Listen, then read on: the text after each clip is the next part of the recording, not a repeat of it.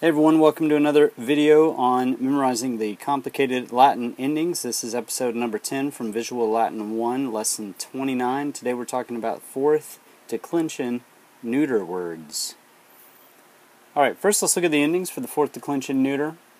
The fourth declension neuter endings are us in the genitive, and then get used to oo, so you really have to use context to tell these guys apart.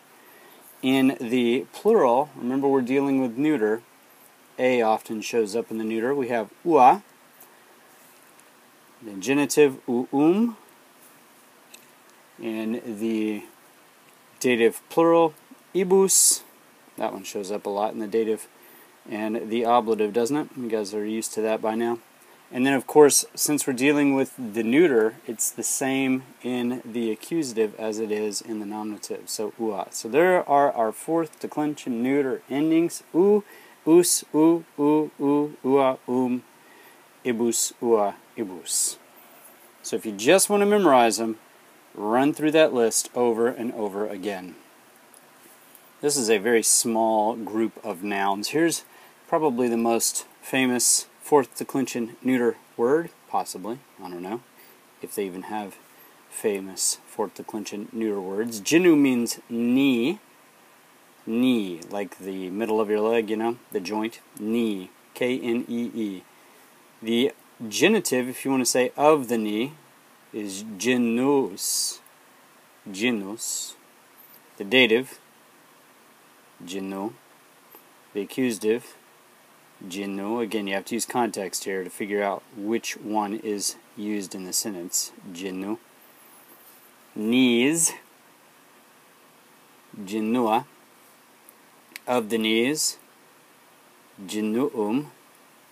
To the knees, genibus.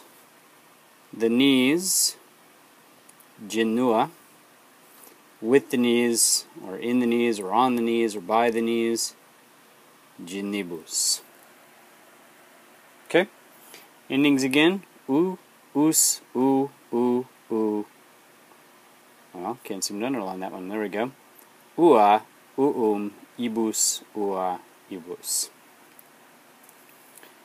Here are several other fourth declension nouns, fourth declension neuter nouns. I had to look long and hard for these. Honestly, there are not many of them at all. This may be a nearly comprehensive list right here. We've already talked about genu.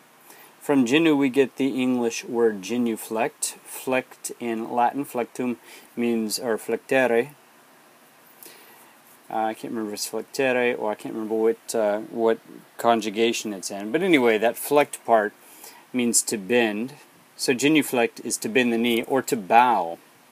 Cornu means horn in Latin, and this is where we get words like unicorn, one horn, a one-horned animal, and cornucopia. In America we have a tradition, well, we once had a tradition of putting a horn of plenty out on the table during a Thanksgiving harvest feast that we celebrate here. Copia in Latin means plenty, cornu means horn. A cornucopia is a horn of plenty. Pecu means a herd or a flock.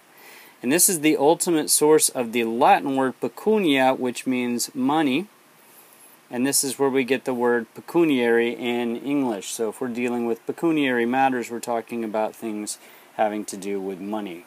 It goes ultimately back to herd or flock because in ancient times, the greater your herd, the greater your flock, the richer you were. Gelu means frost or chill. This could be, and I'm not entirely sure, could be the source of the word gelatin or gel. And vero means tip of the javelin. And though I looked, I could find no English word that came from vero. If you want to find out more about Greek and influence in their influence on I messed that one up, didn't I? Greek and Latin and their influence on the English language, check out DwaneThomas.com. And if you like this video and would like to support what I'm up to here, then please subscribe below. Take care, my friends.